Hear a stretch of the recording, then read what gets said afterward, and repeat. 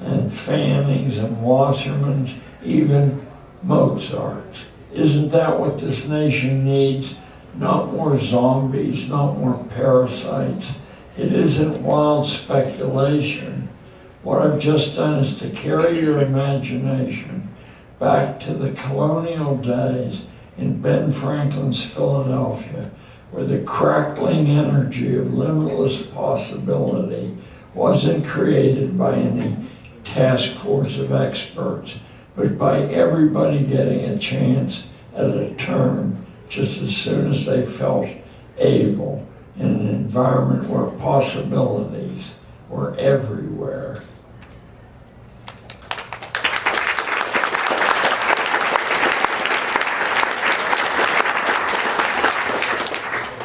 Now, I want to tell you about a Dutch city that actually exists, and I know a lot of you passed through Amsterdam.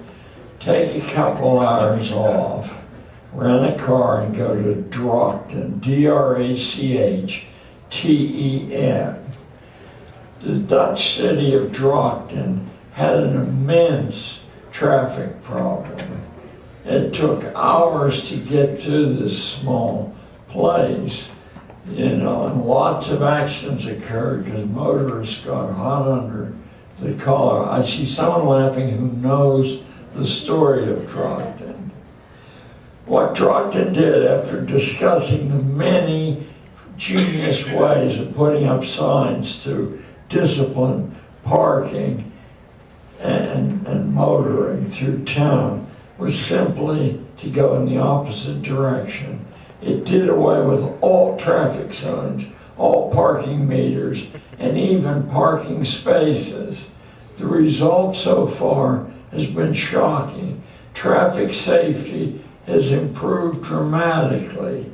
Speed of transit is 5 times faster than it had been with all the police and the regulations and the signs and the flashing lights.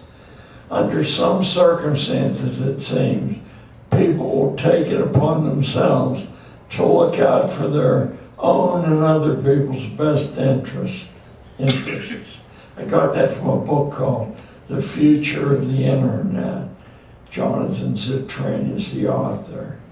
And now I'd like to refresh your memory about St. Paul's letters to the new congregations that one day were to become the Christian movement, but at the beginning were just widely scattered groups that didn't know one another.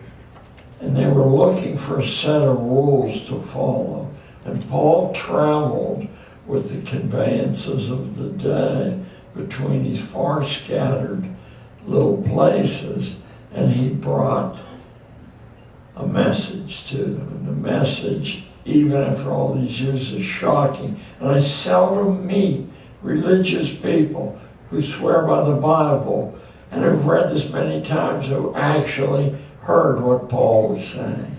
St. Paul's New Testament letters to the congregations, which later became the Christian movement, are filled with fervent calls to ignore the rules. I swear that's true. Rules, Paul said, corrupted the establishment of his day. In a variety of ways, Paul writes that salvation will not be found through obeying the rules. Think of a surfing bum cracking the human genetic code, or a movie usher giving shape to the American film industry as examples of this. Screen the religious content from Paul, and you're left with the school problem of our day. It's a conflict between those whose status and income depends on keeping things pretty much as they are. Think of the testing industry, for example, and an insurgency motivated by a different logic. Make up the rules as you go along, Paul says, in different words. Adapt to local conditions.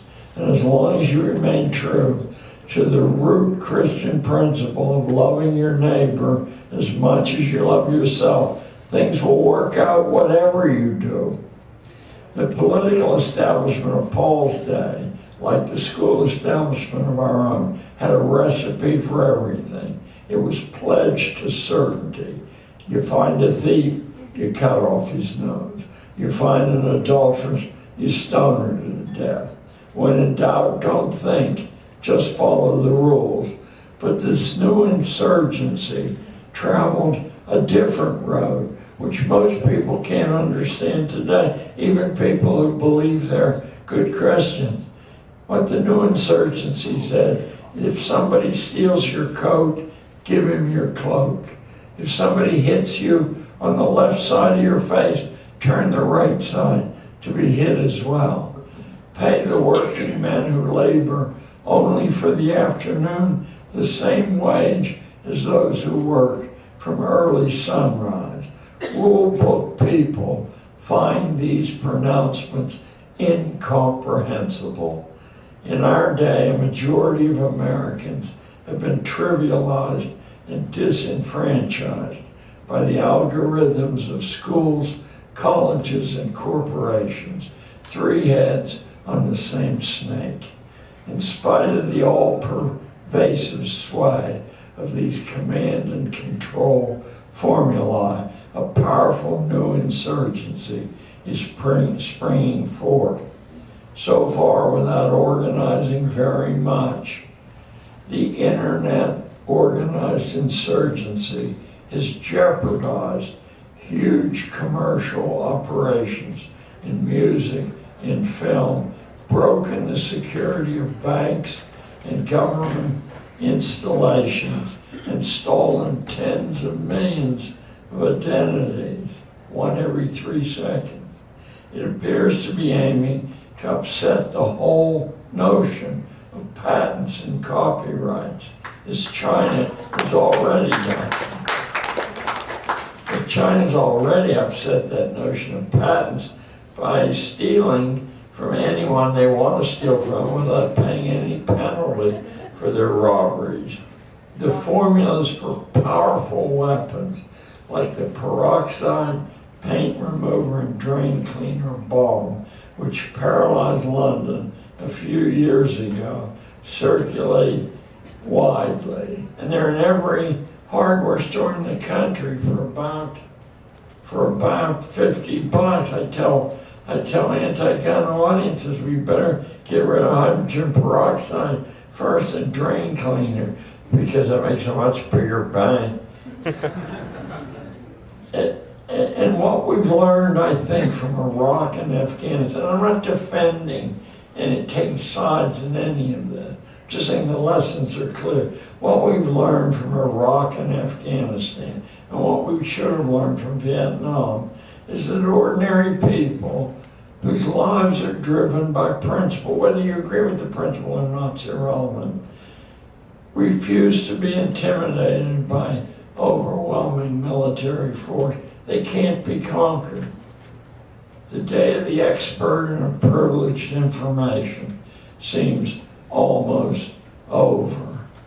This is a time of the sweat bath, of oceans boiling over, of underground explosions, of the planet whirled away, of extermination sure to follow. I'm quoting Rimbaud, the poet. My French isn't all that good. In a time of a sweat bath, do you want next to your side, watching your back, A students, or do you want walkabout graduates like Richard Branson? Will you hire valedictorians or surf bums like Craig Venter? We need far less professionalization, which is a kind of social hardening of the arteries, not more. We need to deal the young in on every new design as partners, not as human resources. We need a quality of human interconnection suggested by YouTube and MySpace and Facebooks.